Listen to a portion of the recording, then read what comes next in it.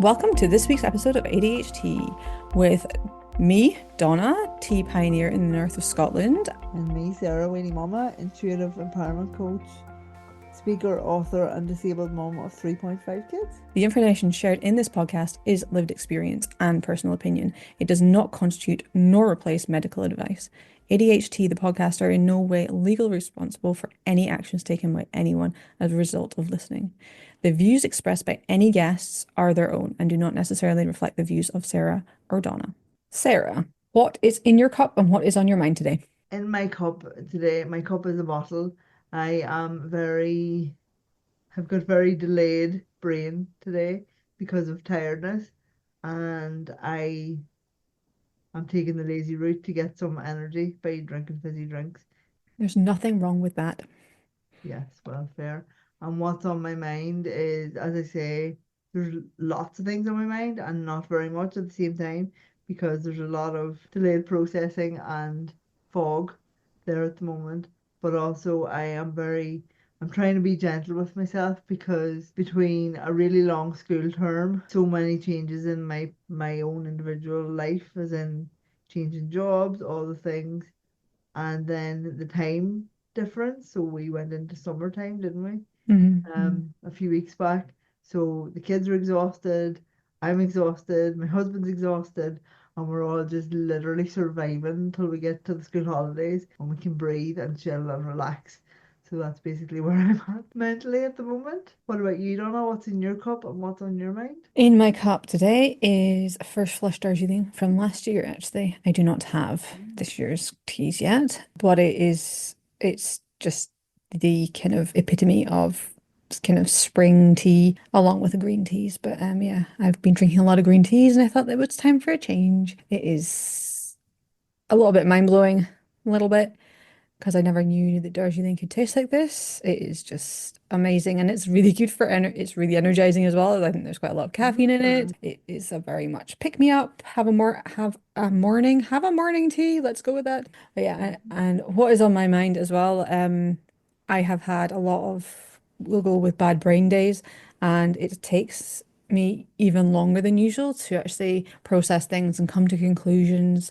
But I am learning to give myself the space to do that and not beat myself up and um, make stuff up just so I appease other people. So I've got an answer or a question, whatever, insert thing here. yeah. You're not rushing yourself to a conclusion. Hmm. Gonna later feel uncomfortable just Yeah, to ease somebody else's discomfort. exactly, Totally exactly. down for that. Yeah, Yeah. And that does bring us very nicely on to what we are talking about today. it does. It does indeed. I just need to go back a step though. When you said that your mind's blown that the Darjeeling could taste that way, do you think it's because of the age of it, or have you just No, like forgotten and you're rediscovering it again? a little bit. Like I've forgotten, and I'm like, there's certain teas that I don't forget about them. Well, I sort of do because object permanence.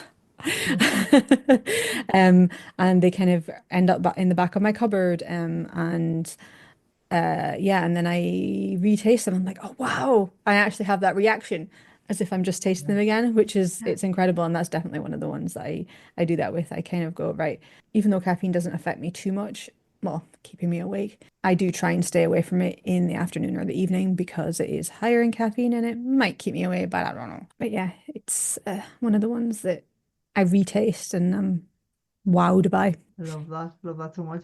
I had a similar experience with Siren's Clarity because obviously I hadn't been drinking hot drinks for several months and I rediscovered it again and I literally was euphoric, falling in love with it again. And then yesterday I found another packet because I thought I was coming near the end. I was like, oh, found another packet and it was that same of like, oh, there's treasure in the back of the cupboard. And so yeah, I'm totally with you on that. And also I'm with you on the caffeine thing. My friends always say that I'm the only person that they know that can have a cup of coffee and go to bed and be out cold in 5 seconds. So yeah, it's interesting. I take sometimes take my meds, stimulant medication that I've got for ADHD, and I sometimes then go for a nap, Yeah, yeah, which is ridiculous, but hey, that's just how my brain is. yeah. When I was at uni, I actually took Pro Plus, so like the caffeine tablets, because I needed to go and hand in an assignment, and I was like, I can't afford to sleep. Mm, So I took two Pro Plus tablets, and I was like, I'll just lie here and rest my eyes for 2 minutes, and I woke up 2 hours later. Like, who else can sleep after taking Pro Plus? mm-hmm, But anyway, mm-hmm, mm-hmm. Yep, yep, yeah, yep, indeed. Really funny, actually. But yeah, on the subject of uni, that kind of brings us into the whole, again, processing time. Um, I always thought I was stupid, actually. You go into a lecture and essentially on the surface, everybody has the same experience. Everybody has the same chance, maybe. But you go into a lecture and then you're told, okay, you can ask questions at the end. But for me, I didn't have any questions at that point because I had not processed it. yeah, So I either asked ridiculously stupid questions just so that I didn't look like an idiot, which probably didn't really help me not look like, not look ridiculous. Um, or I kept my mouth shut and didn't ask anything. But I then had questions later because it took me a while to process it. yeah. So I would love to know how that is an equal experience to somebody who actually is able to process it in that time and will be able to come up with the questions that they need answered. That's a very, very good shout. And when we're talking about accessibility and Mm, like equal opportunities and mm, discrimination, essentially, because I think assuming that everybody is the same and processes things in the same way is actually a form of like silent discrimination in a way. hmm So yeah, hmm having that, you would like to think, because obviously, with the greatest respect, it's not today or yesterday that you and I were in formal education. Yes. So you would Hmm like to think that that is something that's taken into consideration, but I wonder, is it? Like nowadays, because it's huge, a huge hmm part of like, and I wonder, is it so much of when you were saying that, I was initially thinking, essentially, it's almost like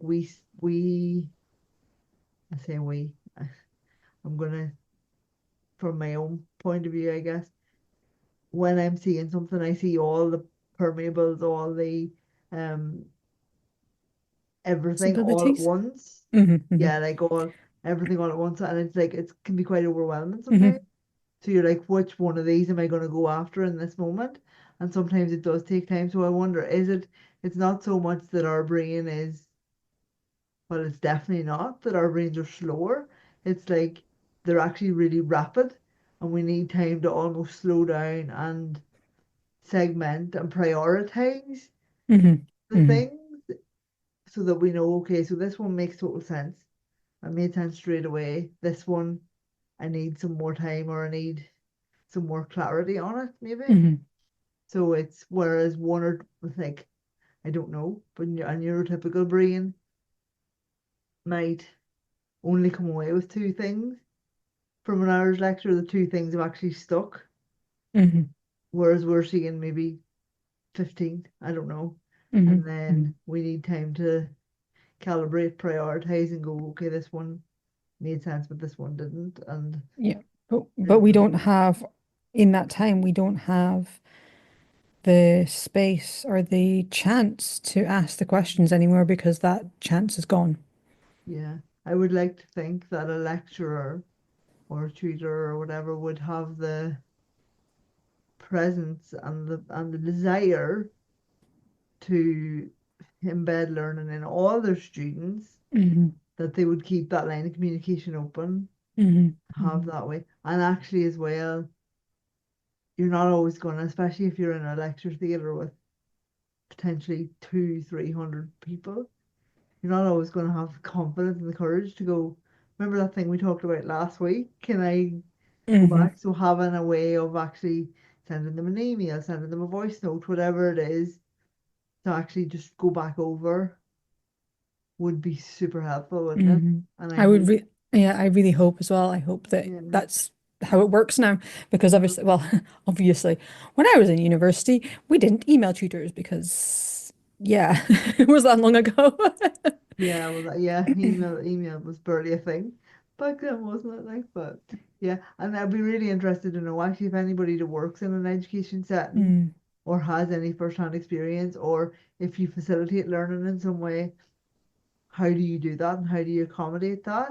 Because I would love to know because it would give me great joy to hear that things have moved on, that all learning styles and all learning needs are taken into account and given a channel to flourish, mm, mm. essentially.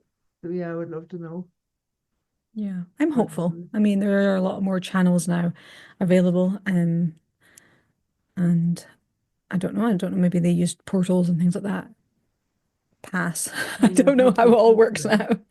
hopefully, and then maybe I was also thinking peer-to-peer learning as well is probably a Mm, big thing. You know, if you have someone in your circle who you trust and who you can open up to and go back and ask them questions, but then mm, you're relying on their understanding as well then to help you to, so it's all, it hmm can be all very subjective. But hmm yeah, it's a really good, really good thing to raise, and as a parent as well, it's something that's very prominent in my mind at all times because I see, I mean, obviously my kids are very early in their education days, but I can already see three very distinct learning styles mm, mm, and three very different personalities, and just so being able to accommodate them even in family conversation is important, but then in education it's even more important. Like so, mm, yeah, it's a big topic and one that I would love to really start a conversation around because it can make or break someone's education experience, can't it? Yeah, yeah, for sure. Yeah. I think Yeah. that when I was doing my master's, I had a very um understanding tutor. Like they were so encouraging. You were not made to feel any shame about coming back and actually asking any questions that you had at any point. So I felt that that was much more accommodating, but we also had a very, very small class. I think we were like, I don't think we were even 10 of us. Wow. Yeah, we were very, very small. Trying to think how many people. Maybe there was 10. But yeah, roughly around that for my master's. Wow. I suppose masters, yeah. I dropped out of mine because I was doing it distance and I didn't have the self-discipline or the desire even. And ironically enough, mine was about learning styles and those things. That is interesting. I think that Yeah. mine worked really well for me because it was an accelerated master's. So normally they're supposed to be 2 years, well, in Scotland. Mhm. Mhm. And mine was a solid year. So instead of having the term times, you'd have, I think, oh, when did I start? Did I start in September and finish in September or something like that? Or is it August to August? So yeah, it was literally a full year, Yeah, which full was very, full very on. immersive, which was fantastic. It worked really, really well for my brain. Yeah, no, that again makes sense. And knowing that you have that, and also that sense of an accomplishment of I've done this in half the time. Like that's amazing.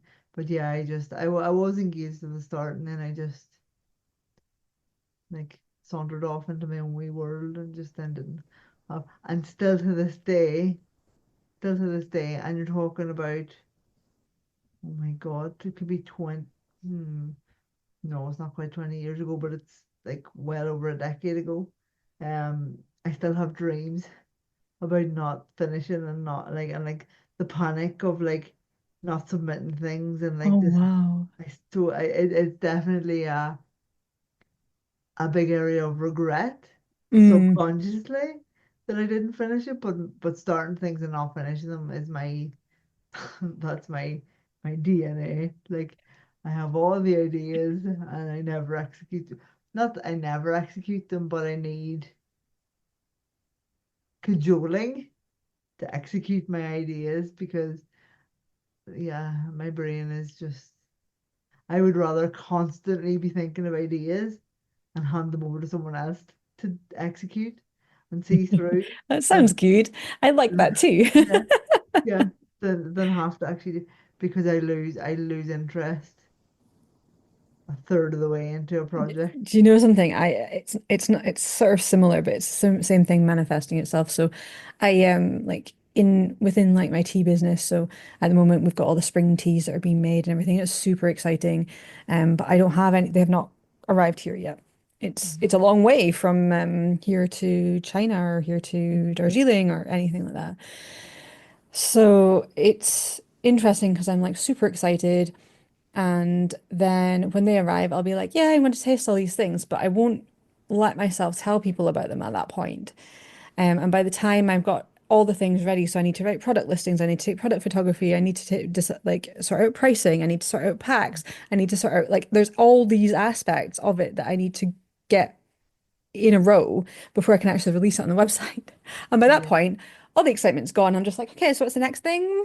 yeah, yeah, yeah. But I wonder how much of that, and especially for you, because it's your business, so you get to call the shots, you get to decide. And in reality, you could actually just do a post and put up a link.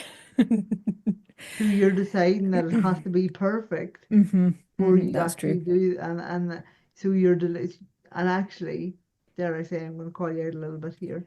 If you were to post when that excitement is at its peak, I guarantee you would essentially pre-sell before they'd ever go near the website because people will Yeah. feed off your excitement.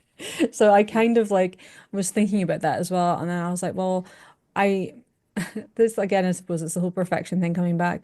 And it's like, well, I don't actually have a date of exactly when this is going to arrive because even when it's posted and I get the tracking number and all the other things, um, because I'm in Inverness, Highlands of Scotland, the estimated date is never right. It is never right.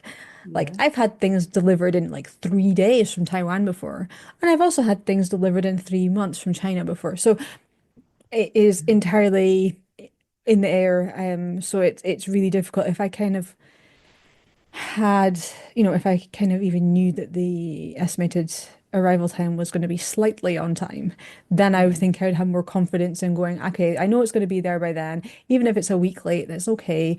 But it could be 2 months late. yeah. And there's not even a law of averages there. It's just like Mm-mm. pick a date, any date. Yeah, no, I do Yep. get that. I do. Yeah. Yeah, so if it's partially like that, and it's the whole thing of I don't want to then disappoint people. If somebody pre-orders and I say, well, it's supposed to be here by then, and then it's 2 months late.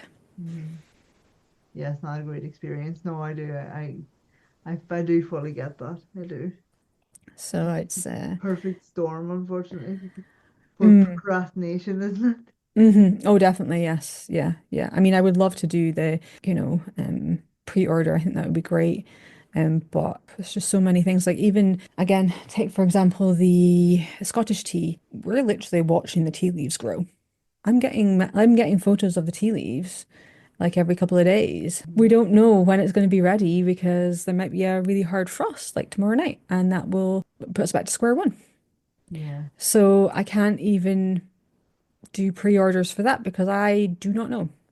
yeah, that's very true. So ironically, what I've done in trying to call you out, what I've essentially done is called myself out because I apply the exact same logic to my business that is not waiting for any produce to grow or not waiting for any big international deliveries.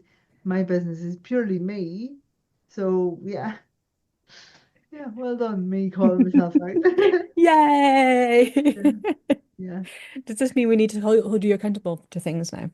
100%. And that's where it is. I am quite impulsive and I need to go off that excitement and I almost need to pre-sell things. Like I pre-sold a course once that I hadn't even created, but I knew that I needed someone to pay for it to pressure me into actually creating the thing because otherwise it was all subjective and it was all, yeah, nice idea, but never needed to happen. But once someone had paid, like the clock was ticking, and I had to go and do the thing because they were waiting, and I didn't want them to have a bad Mm. experience. So I need the Hmm. pressure, and I know we've spoken about this before. I'm very impulsive, and I, especially when it comes to conversation or a topic that I'm passionate about, I will speak instantly. Where you need the time to go, what? How do I feel about this? What do I want to say? What do I want to know? What? and you're quite measured and considered in your responses to things. I am so like emotionally dysregulated and like internal toddler basically all the time. Where if I feel passionately about something or something lights my fire, it will come out of my mouth in the moment. It'll all just flow out of me, and then someone will come back to me maybe the next day or even later that day and say, when you said such and such, and then I'm like, did I say that? Did that come out of my mouth? It's almost like seeing a reflection of myself back again, going, did I actually say that? Or I'll say something in the heat of the moment, especially if something's made me angry, and I'll say something, and then I'm like beating myself up for 3 days about it, going, why did I say that? And let my emotions run away with me. I shouldn't have said that. I should have took a deep breath and thought about it longer before. So we're like the two extreme opposites of it's like On the surface, if you look at it on the surface, I would say I would agree with you. But mm, actually, my measured and calculated thing is a learned response because I have had that. I've said something ridiculous or you know what I mean, and then beat myself up about it, but it's my response to doing that, which is not exactly healthy. There must be a there yeah, must be a balance somewhere. yeah, Um, because I just then overthink the entire thing and I have got pages and pages of writing that I have never published wow, because I don't think that they're good enough. It's a perfectionism. So yeah, there's that too. yeah, yeah. Again, I get the perfectionism. I am a perfectionist in some areas of my life, but in others, I've kind of come to realize that I'm never going to be perfect. So I'm just going to do my best and just be me because like yeah, it's hard. But the one area that I really do strive for perfection, and I know perfection doesn't exist, but the one area that I am hyper hyper sensitive is as a parent. If I think I've let one of my kids down, even an example, there was one of my sons had a maths workshop at school, and I had something like a work commitment that I had, and my husband was like, "It's okay, I'll go and do the workshop, no problem. Like it only needs one parent." But I was like, "No, no." And in my head it was, he knows I work from home, so he's gonna like at some point he's gonna look back and say, "Well, mom, couldn't be bothered, or she was sitting at home and he probably will never, but in my head this was the thing, and I was like, I never want him to think, or any of them to feel that I didn't prioritize them over everything and everybody else.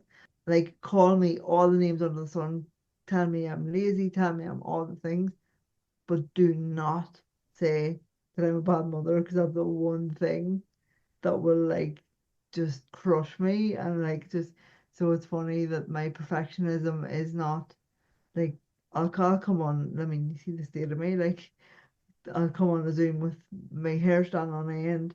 I don't care about necessarily what I'm wearing, how I look, or any of that stuff, but when it comes to being a mother, I'm like, and I think maybe it's because on some level I was told that it might never happen or mightn't be possible. So it's almost like I'm like, well, I've done this almost accidentally. So I have to be the best version of this, or otherwise, yeah, I don't know what it is. But yeah, that's the one area that my perfectionism is rife, I would say. Just also have to say, like, you're making it sound like you look like you've not slept or eaten or washed or anything for days, and I that's do not the case. wash, but that's like baseline Make minimum, it isn't look that? like But she, yeah. just for everybody who's listening, she does not look like she's been dragged through a hedge Oh, backwards, I okay? trust me, I do. No, she I've got doesn't. my I've I'm got gonna my take it. I've got my screen blurred a little bit. It's helping. Soft blurring, but yeah, no, it's all my energy and all my perfectionist tendencies definitely go into being a mother, and all the other areas are very subject to varying quality, shall we say? So with this, we are actually going to change the format of what we're doing a little bit, just a little bit, because obviously I need some protesting time. So we will be doing kind of like a takeaway one, episode specifically like a week or two after any of our guests, where we can actually recap. Well, we've given ourselves some time to sort of, well, process. Hmm. So that's what we will be doing in future. So thank you for listening to our little rant. Rant? Is that a rant? I don't know. About processing time, about equality or potential equality or equity is what we're looking for, isn't it? And Hmm. within the education system, we would actually love to talk to somebody, as Sarah mentioned, who actually either works in education or has any experience more recently, like within the last even 15 years, um, of education. Yeah, it would be really interesting to see how things are actually done now, and hopefully they are, you know, different channels are utilized to help bring about that equity that we need. Thank you so much for listening. You can find us across on threads at ADHT the podcast, Instagram as well, same handle, and you can find me on and I've what's happening? Everything's falling out my head. You can find me on Unravel Tea on threads and also Instagram. And you can find Sarah on It's Willy Mama TikTok. And if you have any comments or anything, any questions, let us know and we will answer them, or we will do our best to answer them. We will be back in your ears next week. Thank you. Bye.